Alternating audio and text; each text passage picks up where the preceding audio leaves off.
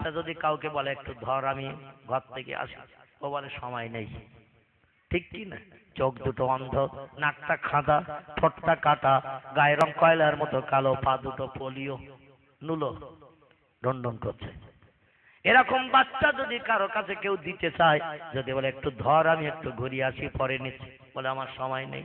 কিন্তু কারো কোলে যদি একটা ভালো চেহারার বাচ্চা থাকে, অনেকে শখ করে বলে আমার কাছে একটু দেবু, বলে কি না, বুঝান আমার কাছে একটু দেন আমি একটু নেই, কারণ ও বাচ্চা আমার কোলে থাকলে আমার চেহারার সৌন্দর্য বাড়বে, ঠিক কি না? ভালো জিনিস সবাই নিতে চায়, খারাপ জিনিস নিতে চায় না। এই জন্য ইউসুফকে দিকে 10 জন সবাই নিতে রাজি হয়ে গেল। এখন ওদের ভিতরে ঝামেলা বেঁধে গেছে যে বালতি তুলেছো বলছে আমার অধিকার বেশি, ওরা বলে ব্যবসায় লাভ হলে সমান ভাগ নেই, লস হলে সমান ভাগ নেই, আর তুমি একা নেবে তা হবে না। এখন ওরা ঝামেলা এমন বাদিয়ে দিয়ে দিয়েছে, ঝামেলার আর নিষ্পত্তি হয় না। বেহুশ হয়ে পড়ে আছে ইউসুফ আলাইহিস সালাম। ইবলিস শয়তান সুযোগ বুঝে একটা যুবকের চেহারা নিয়ে ওদের কাছে এসে হাজির হয়ে গেছে। শয়তান এসে বলছে মাহালুকা মাকবরা কি আখি, তোমরা এখানে কি ঝামেলা করছো বলো না? বলে ওই যে ছেলেটা কুয়া থেকে বালতিতে করে ওঠানো হয়েছে, চেহারা দেখলে আমাদের কলিজার গরম সব কেটে যাচ্ছে, এত সুন্দর চেহারার ছেলে জীবনে দেখেনি। সবাই দাবিদার, আমরা সবাই নেব। এখন একটা বাচ্চা, সবাই দাবিদার, আমাদের ঝামেলার নিষ্পত্তি হয় না। শয়তানের মগজে মাল আছে না নেই? ওর মগজে জ্ঞান আছে, কেন ফেরেশতাদের ওয়াজ করতে আর ফেরেশতারা হা করে শুনতো। আল্লাহর স্পেশাল জ্ঞান দিয়েছিল, আল্লাহর একটা হুকুমের খেলাপ করার কারণে সব পাওয়ার সিজ করে নিয়ে ওরে জাহান্নামী বানানো হয়েছে। ওই জেনেদের বাচ্চা আজাদিন, পরবর্তীতে নাম হলো তার ইবলিস।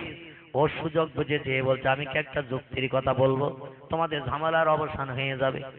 ওরা বললো না মিয়া কি, হ্যাঁ বলো না। বলে যুক্তি হলো এই, সবাই যখন একটা বাচ্চার দাবিদার, কেউ যখন দাবি ছাড়তে চাচ্ছ না, তোমাদের কাছে কি কোনো ছুরি টুরি আছে নাকি?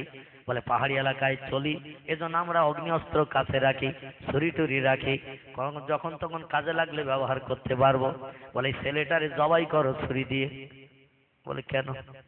বলে রে জবাই করে 10 জন 10টা ভাগা করে রাখো, যার যে ভাগ পছন্দ হয় নাও, তাহলে কেউ বঞ্চিত হবে না। শয়তানের চিন্তা ইউসুফ তো নবী হবে, আর নবী হলে আমার নেতৃত্ব চলবে না, ঝামেলা বেঁধে যাবে। ওরে এখন বাচ্চা বেলায় কমপ্লিট করে দেই, তাহলে আমার এই নবীর দায়িত্ব থেকে আর কোনোদিন আমাকে বিপদে ফেলতে পারবে না। এখনই বিদায় করে দেওয়ার তার সুযোগ এসেছে, কাজ করে দেই। বলো জবাই করে 10 জায়গায় রাখো, 10 জন 10টা ভাগ তুলে নাও কোরবানির গোশতের মতো, তাহলে কোনো রকম আর ঝামেলা থাকবে না। ওরা বললো সাদ্দাক তাইয়াকি, সত্যি তোমার মগজে মাল আছে, আমরা ঝামেলার দ্বন্দ্ব মিটাতে পারছিলাম না, তুমি সুন্দর তত্ত্ব দিয়েছো, তাহলে এই বাচ্চা কাউকে দেয়া যাবে না, সবাই নেব, জবাই কর। হযরত ইউসুফকে জবাই করার পরিকল্পনা নিয়েছে। আমার আল্লাহ ডেকে বলছেন ইযহাবিয়া জিবরিল এলা ইউসুফা, এ জিবরিল তাড়াতাড়ি করে আমার ইউসুফের কাছে যা। আর ওই যে 10 জন ইউসুফকে জবাই করে ভাগ করে নেবে বলে ঠিক করেছে, আমার ইউসুফকে মিশরের বাদশা বানাবো, জনকল্যাণমূলক কাজ তাকে দিয়ে করাবো, আমার ইমানের দাওয়াত তাকে দিয়ে দেওয়াবো। এটা আমার পরিকল্পনা। ইবলিস শয়তান পরিকল্পনা ব্যান করে দিতে চাইছে। আমি আল্লাহ আমার ইউসুফকে হেফাজত করব, তাড়াতাড়ি করে যা। হযরতে জিবরিল বললেন আল্লাহ যে কি করব? আল্লাহ বললেন ওদের যে বলবি ছেলেটা জবাই করে দিলে 10 জায়গায় গোশত রাখবে, 10 জন নেবে, ওই গোশত বাড়ি নিয়ে যেয়ে রান্না করে খাবে। বলে মানুষের গোশত তো খাওয়া যাবে না। বলে তাহলে গোশত রেখে দিলে তো পচবে, দুর্গন্ধ হবে, একটা ছেলের প্রাণ নাশ করে কোনো লাভ তোমাদের হবে না, বরং আমি কি একটা যুক্তির কথা বলবো। বলে কি? বলে মিশরের বাদশা আজিজ, ওর কোনো বাচ্চা কাচ্চা নেই, বউর সঙ্গে কোনো সম্পর্ক আপাতত নাই, বউ ফোন করেছে বিয়ে করে এনেছেন, তবে আমাকে 8 বছর কালে স্পর্শ করলে হবে না, আমারে যদি স্পর্শ করেন আমাকে পরের দিন আর পাবেন না। ও বলল ভবিষ্যতে সুখ ভোগ করবো, তা 8 বছর চুপ করে থাকি। আর জলাইকা খোঁজ নিচ্ছে, তো আমার স্বামী না, আমার স্বামী যারে স্বপ্নে দেখি সে তো এ না, অতএব আমার স্বামী ছাড়া আমার দেহ কাউকে দেব না। জোরে বলুন একটু সুবহানাল্লাহ। ঘুমিয়ে পড়ে পড়ে জলাইকার স্বপ্ন দেখতো, অপরূপ সুন্দর চেহারা একটা যুবকের সঙ্গে জলাইকা বসে বসে গল্প গুজব করছে। ঘুম ভেঙে গেলে মনটা কালো হয়ে যেত, আমি ওকে কবে পাবো কবে পাবো, এই নিয়ে বড় দুশ্চিন্তার মাঝখানে রয়েছে। আল্লাহ বলেন জলাইকা, আজিজের বাড়ি আমার ইউসুফকে হাজির করে দিয়ে তোর হৃদয়ের তুষের আগুন নিভিয়ে দেব। চিল্লাই বলুন একটু সুবহানাল্লাহ। কি আল্লাহর পরিকল্পনা, মানুষ কি বুঝতে পারে নাকি? হযরত জিবরিল বলছেন বাচ্চাটার প্রাণ নাশ করো না, এক পয়সার লাভ তোমাদের হবে না। তবে এই ছেলেটার মিশরের বাচ্চার কাছে নিয়ে বিক্রি করো। বাচ্চা কাচ্চা নাই, বুড়ো মানুষ, উনি দেশে ঘোষণা দিয়েছি একটা ভালো চেহারার ছেলে আমার কাছে যদি কেউ বিক্রি করে দেয় উপযুক্ত দাম দিয়ে কিনে নেব। আর আমার বিবি আছে রাজদরবারে বাড়িতে, তাকে দিয়ে ছেলেটারে মানুষ করে ভবিষ্যতে আমি মারা গেলে আমার জায়গায় তারে বসিয়ে দিয়ে দেশের বাচ্চা বানাবো। অতএব বিক্রি করে দাও, তোমরা টাকা পাবে, ছেলেটাও বেঁচে যাবে। 10 জন ব্যবসায়ী বলছে ওর মগজের থেকে এর মগজে জ্ঞান বেশি। জোরে বলুন সুবহানাল্লাহ। জ্ঞান তো বেশি হবে, ইনি ফেরেশতা। জোরে বলুন একটু সুবহানাল্লাহ। জিবরিলের যুক্তি পছন্দ করে নিয়ে ওরা বন্ধু তরবারি থলির ভিতরে ঢুকিয়ে দিল। বলল চল বাচ্চার কাছে যাই। ইউসুফকে নিয়ে গেছে, 4 বছরের ছেলে। আস্তে আস্তে ইউসুফের হুঁশ ফিরে গেছে, কিন্তু দেশ কোথায় বাড়ি কোথায় বাপ মার কোনো খেয়াল নাই। এমন পানির কুয়ার ভিতরে নাকানি সুমানি খেয়েছেন, সব ভুলে গেছেন তিনি। আল্লাহ বলছেন এখন ভুলে থাকতে হবে তোর, পরবর্তী দাবার সব খেয়াল করে দেব আমি। জোরে বলুন একটু সুবহানাল্লাহ। বাচ্চার কাছে ছেলে দেখালে বাচ্চা তো এ ছেলে ছিল কোথায়? বিশ্ব সুন্দর, অত রূপ চেহারা আর কারো হয়নি, কেবলমাত্র মুহাম্মদ রাসূলুল্লাহ ছাড়া। জোরে বলুন একটু সুবহানাল্লাহ। পুরুষদের ভিতরে এত রূপ চেহারা সৌন্দর্য আর কারো হয়নি, একমাত্র আমাদের প্রিয় নবী মুহাম্মদ রাসূলুল্লাহ ছাড়া। নবীজির চেহারা ছিল লাল পরিষ্কার, ইউসুফের চেহারা ছিল সাদা পরিষ্কার। ভাইরা আমার, ইউসুফ আলাইহিস সালামকে কিনে নিয়ে নিলেন বাচ্চা, কয়েক হাজার দিরহাম দিয়ে ব্যবসায়ীদের টাকা দিয়ে দিল। ওরা আনন্দ করতে করতে বাড়ি গেল। রাজদরবারের মন্ত্রী মহোদয় দিয়ে বাচ্চাটারে বাড়ি পাঠিয়ে দিল। জুলাইখার সঙ্গে তো দেখভাল তাল হয় না, রাত্রিতে এক জায়গায় থাকি না, কারণ ওর পণ আছে, বিয়ের পর স্বামী গায়ে হাত দেবে না 8 বছর। এই 8 বছর পণ করে নিয়েছে, স্বামীরে খুঁজবে। তাই বাচ্চাটা পৌঁছে দেয়া হলো জুলাইখার কাছে। বলে এই ছেলেটা কিনেছে, বাচ্চারে মানুষ করো তুমি, তোমার তো আপাতত কাজ নাই, স্বামী সেবা করতে হয় না, অন্তত বাচ্চাটার মানুষ করো। যে ইউসুফকে জুলাইখার কাছে তুলে দেয়া হলো, জুলাইখা বলে ঘুমিয়ে ঘুমিয়ে তো এরই দেখি আমি, এরই তো ঘুমিয়ে ঘুমিয়ে দেখি আমি, এই তো আমার মনের মানুষ স্বপ্নের পুরিয়ে, এটাই তো সারা জীবন স্বপ্নে দেখি। তাহলে স্রষ্টা আমার জীবনের সঙ্গীকে আমার কাছে পৌঁছে দিয়েছেন। বলতে চাই যে সেটা হলো এই, আমার আল্লাহকে ডেকেছিলেন বলে কুয়ার ভিতরে আল্লাহ হেফাজত করে মিশরের বাদশার বাড়িতে লালন পালনের সুযোগ করে দিয়েছে। আর আমরা কোন রকম একটা সমস্যায় বললে মেম্বারের বাড়ি, প্রধানের বাড়ি, এমএলএ এর কাছে দরখাস্ত দিয়ে আসলাম, আর বললাম একটু দেখো এই বিপদে মুসিবতে পড়েছি, অন্তত তোমার দ্বারা যেন সমস্যার সমাধান হয়। আমার আল্লাহ কি খুশি হবে নাকি ওতে? আমার আল্লাহতে খুশি হবেন না? মুসলমান ভাইরা আমার, এই পৃথিবীতে আমার আল্লাহ উপকার করেছেন পয়গম্বরদের। হযরত ইউনূস আলাইহিস সালাম নৌকা থেকে সঙ্গীরা ফেলে দিল তারে পানিতে, আর বড় তিমি মাছ হাত করে আলুর বস্তার মতো গিলে নিল ইউনূসকে। কোরআনের ভিতরে তার জীবনী কোট করা হয়েছে। রাতের গভীর আমি নানি দাদির কোনো গল্প করছি না, আল্লাহর কোরআনে যে তত্ত্বগুলো দেওয়া হয়েছে আমাদের মগজ সাফ করার জন্য, তাই গোটা কয়েক তত্ত্ব পরিবেশন করি, বক্তব্যের রীতি টানবো। সেগুলো যদি আগামীতে আমল করতে পারি আল্লাহকে আমরাও পেতে পারবো। জোরে বলুন একটু আমিন। বড় মাছ হা করে সে খেয়ে নিয়েছে। মাছের নাম হলো তিমি মাছ। কি মাছ বললাম? তিমি মাছ। তিমি মাছের দৈনন্দিন খাবার লাগে সাগরে 60 থেকে 65 টন। কতটা বললাম? 60 থেকে 65 টন করে খাবার লাগে বড় বড় তিমি মাছের। 100 কেজিতে 1 কুইন্টাল, 10 কুইন্টালে 1 টন, 65 টন খাবার লাগে তিমি মাছের। ও ছোট তো নাকি মাছ? ছোট তো নাকি? তিমি মাছ বাচ্চা দিলে 24 থেকে 25 টন ওজন হয় নাকি ওর বাচ্চা যখন বাচ্চা দেয় 24 থেকে 25 টন নাকি বাচ্চার ওজন হয়। সাগরে যত সৃষ্টি আছে সমস্ত সৃষ্টির ভিতরে তিমি মাছ আকারে দৈর্ঘ্য প্রস্থে বড়। এ যখন তখন লেজের বাড়ি দিলে জাহাজ হাত করে উল্টে দিয়ে দিতে পারে। আল্লাহ বানিয়ে রেখেছেন বড় সাগরে, ওদের দিয়ে মর্যাদা রেখেছেন। জঙ্গলে আবার বাঘ হেড অফ দি ডিপার্টমেন্ট হয়ে রয়েছে, ঠিক কি না? সবাই ভয় করে, তিমি মাছের ভয় সাগরে সব জীবজন্তু করে। আর ডেঙ্গাই মানুষকে আল্লাহ শ্রেষ্ঠত্বের মর্যাদা দিয়েছেন। মানুষের ভয় সব সৃষ্টি করে। কিন্তু এখন যদি সুন্দরবনের জঙ্গলে আপনি আমি যাই, আর 7-8 হাত লম্বা হলুদ কালো ডোরা কাটা, যার ইংরেজি নাম দা রয়্যাল বেঙ্গল টাইগার, একবার যদি সামনে এসে হাজির হয় আর ওরে যদি বলি পিঠে করিনি একটু লঞ্চ ভটবডি যেখানে আছে গ্রাফিন করা পৌঁছে দে, বাঘ বলবে বাউন্ডারির ভিতরে আয়। বলবে কি না? বলবে বাউন্ডারির ভিতরে আয়। 1 লাফ দেবে, ঘাটটা কামড় মেরে ধরবে, 1 নাতাল মেরে পিঠে তুলে নেবে। নিয়ে ও লঞ্চ ঘটবটির দিকে আসবে নাকি? যেদিকে খেতালি বাগান ঘন টন রয়েছে ওই দিকে ঢুকবে, গাছের গায়ে গোড়া 2-3 আষাঢ় মেরে ফেলে দিয়ে বলবে ঠান্ডা হ, 2-4 ঘন্টা অন্তর আসবো, 11 কেজি করে নাস্তা করবো, কোনো রকম অসুবিধে নেই। 4টে দিনের চিন্তা দূর হয়ে গেল। এই বাঘ বস করলেন হযরতে শেখ সাদি রাহমাতুল্লাহ আলাইহি, বাঘ বস করেছেন হযরত সাহলি রাহমাতুল্লাহ আলাইহি, বাঘকে বস করলেন ফুরফুরার পীর আবু বকর সিদ্দিকী রাহমাতুল্লাহ আলাইহি, বসিরাত আল্লামা রুহুল আমিন রাহমাতুল্লাহ আলাইহি বাঘকে বস করে দেখিয়েছেন। জোরে বলুন সুবহানাল্লাহ। ইতিহাস আলগা করলে দেখা যায় বড় পীর সাহেবের আম্মা জান, যার নাম উম্মুল খায়ের ফাতেমা। কি নাম বললাম? উম্মুল খায়ের ফাতেমা। আর আমাদের মেয়েদের নাম জোসনা, ঝর্ণা, চম্পা, নাইস, বিউটি, ডলি, ফুলি, সাথী, সব এইরকম মডার্ন মার্কা নাম। আপনাদের এখানে অবশ্য নেইটাই মনে হয়, সব ভালো ভালো নাম রেখেছে নবীর বিবিদের নামের সঙ্গে।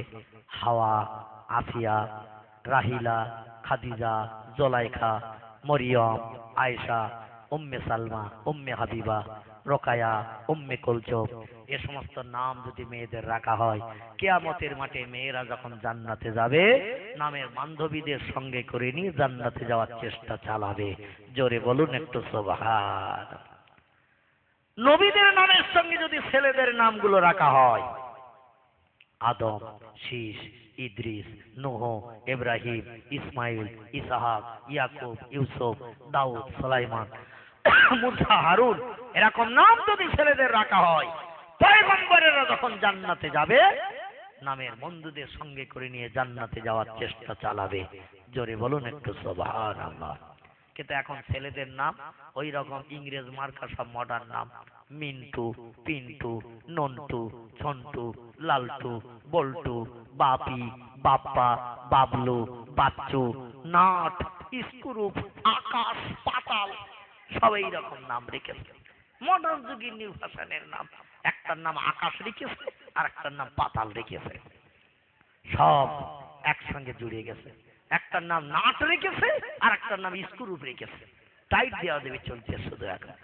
এদের চেহারা দেখলে চেনা যায় না, এদের পোশাক দেখলে চেনা যায় না, এদের খাওয়া দাওয়া দেখলে চেনা যায় না। মুসলমানের ছেলে চা খায় বাম হাতে, পানির গ্লাস ধরে বাম হাতে, আর বিড়ি ধরে ডান হাতে 2 আঙুলের ফাঁকে, শুকতান মেটতেছে ডান হাতের 2 আঙুলের ফাঁকে, মদের গ্লাস ধরে ডান হাতে, আর হালাল জিনিস 4 কাপড় ধরে বাম হাতে, হালাল জিনিস পানির গ্লাস ওটা ধরে বাম হাতে। এদের খাওয়া দেখলেও চেনা যায় না, পোশাক দেখলেও চেনা যায় না, চেহারা দেখলেও চেনা যায় না, নাম শুনলেও চেনা যায় না। চিনবেন কি করে হিন্দু কি মুসলমান? তাই আমি চিন্তা করে করে চেনার একটা লাইন বার করেছি, বলবো বলবো নাকি? মাঝে মাঝে বলেও ফেলি। এদের এখন চিনতে গেলে প্যান্টের সেন্ট আনতে হবে, যন্ত্রপাতির মাথা দেখতে হবে, কাটা না ভোতা, এছাড়া চেনার কোনো কায়দা নেই এখন। হায় রে আফসোস, আজ আমাদের চেনার কোনো কায়দা নাই, বড় দুঃখের সঙ্গে বলতে হয়। এদের চেহারা দেখলে চেনা যায় না। ছেলেরা তো মুখে গোবদাড়ি কিছুই আর রাখে না, একেবারে মোমেনা আমেনা মার্কা সব টেনে পরিষ্কার করে রেখে দেবে। রাসূল বলছেন একটু ছোট ছোট করে গোপ রাখো, দাড়িটা লম্বা করো। মান কাতাল লাহিয়া ফাকাতালানি, যে তার দাড়িতে খুরকেসি দিয়ে পরিষ্কার করলো সে যেন আমি মুহাম্মদ আমারে মার্ডার করে দিয়ে দিল। রাসূল বলছেন যে আমারে মার্ডার করলো ফালাইসা মিন্নি মিন ইয়াউমিল কিয়ামাত, হাসরের মাঠে তার সঙ্গে আমার কোনো সম্পর্ক থাকবে না, সে আমার কেউ না আমি তার কেউ না। যে আমার সুন্নতকে পছন্দ করে ব্যবহার করলো, আল্লাহ নবী বলছেন আমি আর সেই লোককে আল্লাহর বেহেশতের ভিতরে কানা মাহিফিল জান্নাহ, সেই লোকটার আমি বেহেশতের ভিতরে এক জায়গায় বসে সুখ ভোগ করবো। জোরে বলুন একটু সুবহান। এরা 3 দিন আগে দাড়ি কেটে গোপ কেটে সেটে মোমেনা আমেনা সেজে বাড়ি এসেছে। হঠাৎ বন্ধু মনোরঞ্জন এসে বলছে আমার বোনের বিয়ে, জোসনার বিয়ে। বলে কবে? বলে কাল, কালকে আমার বোনের বিয়ে, জোসনার বিয়ে। বন্ধু মনোরঞ্জন এসে দাওয়াত দিয়ে গেল। পরের দিন সকালবেলায় সেলুনিতে চলে গেছে আবার, বলছে তাড়াতাড়ি টেনে দে বিয়ে বাড়ি যাবো। বলে পরশু দিন যে দিছি, বলে পরশু দিন দিছি, আজকে আবার একটু কালো গোড়া বেরিয়ে গেছে, বিয়ে বাড়ি যেতে হবে, লাল হলুদ আবার পছন্দ করবে না, এদের তাড়াতাড়ি কাজ। 3 দিন আগে দাড়ি গোপ কেটে সাফ করে এসেছে, বন্ধুর বোনের বিয়েতে যাবে, 3 দিন পর আবার টানতেছে। আর হাত দুটো একটু শগুনের ডানার মতো নজর করতে বলে। বগলের তলায় সুন্দরবনের গোলবাগান, নাভির নিচে মরিচ ধাবির কেওড়া বাগান। উকুন আর এখন মাথায় থাকে না। উকুন বলে মাথায় তো দু চারবার করে শুধু চিরুনি টানতেছে, ওখানে বসবাসের অসুবিধে, যেখানে চিরুনি যায় না ওখানে যে স্থায়ী ঘর বাঁধবো। এখন উকুন সব যেখানে চিরুনি টিরুনি যায় না সেখানে এসে ঘর বেঁধেছে। জোরে বলো নাউজুবিল্লাহ। মাসের পরে মাস সুন্দরবনে জঙ্গল বানিয়ে রেখেছে, বগলের তলায় নাভির নিচে।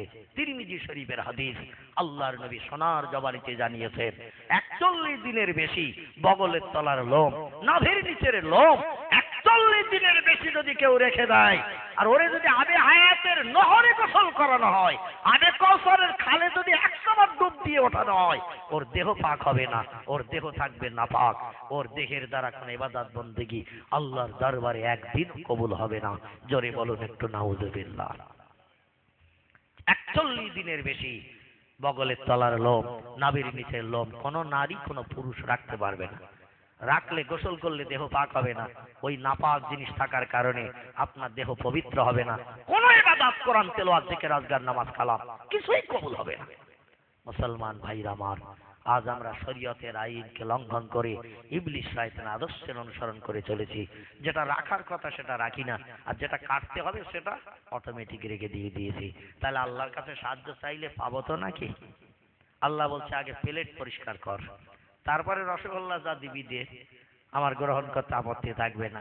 এখন প্লেটে যদি মুরগি, বোঝেন তো মুরগির পায়খানা যদি প্লেটে রাখা হয়, আর তাতে যদি 12 টাকা দামের রসগোল্লার নটা সাজিয়ে দেয়া হয়, পায়খানা এমন খেজুরের পাটালি যেরকম রং, পায়খানার ওই রকম রং। মুরগির পায়খানা প্লেটের কানায়, রসের সঙ্গে পায়খানা মিশে দিয়েছে, আবার রসের সঙ্গে রসগোল্লাও বসে দিয়েছে 9টা।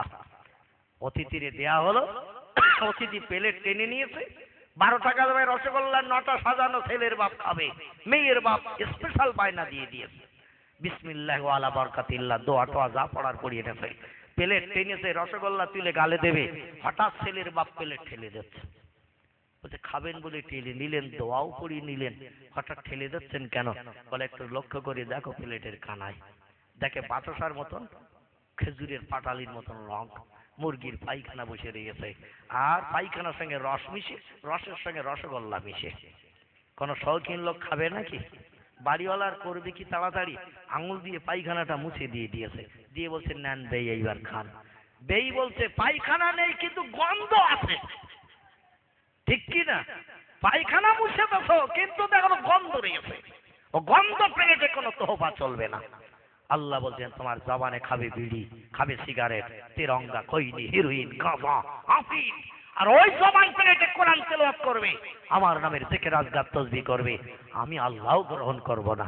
প্লেটটাকে পরিষ্কার করো, তারপরে কিছু দাও, আমার গ্রহণ করতে আপত্তি থাকবে না। জোরে বলুন একটু সুবহান। পিরানি পীর দস্তগীর মহিউদ্দিন আব্দুল কাদের জিলানী রাহমাতুল্লাহি আলাইহি, ওনার আম্মা জান একদিন ডেকে বলছেন, বাবা আব্দুল কাদের, দেশের লোক তোমারে পীর বলে, এই মাসে যিনি পৃথিবী থেকে ইন্তেকাল করেছেন তার কথা শুনছিলেন না? সমস্ত অলিদের শ্রেষ্ঠ অলি যিনি, ইরাকের বাগদাদের জমিনে ঘুমিয়েছেন তিনি, ওনার মায়ের নাম হলো এমন করে উম্মুল খায়ের ফাতেমা, পিতার নাম ছিল আবু সারে মুসা জাঙ্গি। নদীতে জাল পেতে মাছ ধরতেন তিনি, আর ওই মাছ বাজারে বিক্রি করে যা পয়সা হতো তাই দিয়ে সংসার চালাতেন। জোরে বলুন একটু সুবহানাল্লাহ। দেশের মানুষের কাছে সুবিচার হিসাবে বিবেচিত ছিলেন তিনি। মা একদিন ডেকে বলছে, বাবা দেশের লোক তোমার খুব সুনাম করে, তুমি নিত্য নতুন কারামাত দেখাও মানুষের কাছে, অলৌকিক ঘটনা তুমি ঘটাও নাকি শুনেছি। আমি তোমার মা, নমাজ 10 দিন তোমার পেটে রাখলাম। আমাদের দেশের মেয়েলিয়া একটা প্রবাদ আছে, বাচ্চা মায়ের পেটে থাকে কতদিন? 9 মাস 10 দিন, কিন্তু অধিকাংশ মেয়েরা দেখবেন বলে 10 মাস 10 দিন, বলে কি না? এটা আমাদের দেশে একটা বহুল প্রচলিত শব্দ হয়ে গেছে। 10 মাস 10 দিন বাচ্চা পেটে থাকতে গেলে 10 মাস পেরিয়ে 11 মাস পড়লে বাচ্চা হতে হবে, তাহলে 10 মাস 10 দিন বয়স হবে মায়ের পেটে। কিন্তু তা হয় না, 9 মাস পেরিয়ে গেলে বাচ্চা হয় 10 মাসে। এই জন্য বাচ্চা মায়ের পেটে থাকে 9 মাস 10 দিন। এই 9 মাস 10 দিন বাচ্চা মায়ের পেটে থাকতে থাকতে পৃথিবীতে জন্ম নেয়, ভূমিষ্ঠ হয়। ডেকে বলল, বাবা কত কষ্ট পেয়েছি তোমাকে পেটে রেখে, কতদিন খেতে পারিনি, এমন করে বমি টমি করেছি, রাতের ঘুম হারাম করেছি, তুমি কত হেড মেরেছো, কিনের গুতে দিয়েছো আমার পেটে, জীবন নিয়ে টানাটানি হয়েছে, দেশের লোককে কত কিছু দেখাও, কিন্তু আমি তোমার মা, জনম দুঃখিনী উম্মুল খায়ের ফাতেমা, আমারে কোনোদিন তো কোনো কারামাত তুমি দেখালে না, অন্তত তোমার মাকে একটা দিন একটু কিছু দেখালে ভালো হতো। বড় পীর সাহেব বলছে, মা আমি আপনারে দেখাবো না, আর দেশের লোকের দেখাবো, আমি আব্দুল কাদের ওটা পছন্দ করি না। ও জনম দুঃখিনী মা, সর্বপ্রথম আমার কারামাত আমি আপনাকে দেখিয়েছি, আপনাকে দেখানোর পর তারপর আমি জনগণকে দেখাই, আর আপনারে দেখাবো না অন্য লোককে দেখাবো, আমি আব্দুল কাদের ওটা পছন্দ করি না। মা বলে, কই কবে কোন দিন আমারে কি দেখালে তুমি? কিচ্ছু তো কোনোদিন দেখাও না, শুধু আসো খাও আর ঘরে সও, যা কিছু দেখাও তো বাইরে লোকেরে তুমি দেখাও, তারা এসে গল্প করে তোমার সুনাম করে তাই শুনি। আরে আব্দুল কাদের, আমারে কবে কি দেখালে তুমি? বল বিশ্বাস বলছে, মা অনেক দিন আগের কথা আপনার মনে নাই, তবে আমি স্মরণ করে দিলে আপনার মনে পড়ে যাবে। মা ডেকে বলছে, বাবা কিরকম কবে কি দেখিয়েছো, তাহলে একটু স্মরণ করাও। উনি বলছেন, মা আমি তখন আপনার পেটে 8 মাস। কতদিন? আপনার পেটে আমি তখন 8 মাস, 1 মাসের মতো দুনিয়ায় জন্মগ্রহণ করতে বাকি। এক লম্পট যুবক, আপনার রূপ চেহারা সৌন্দর্যের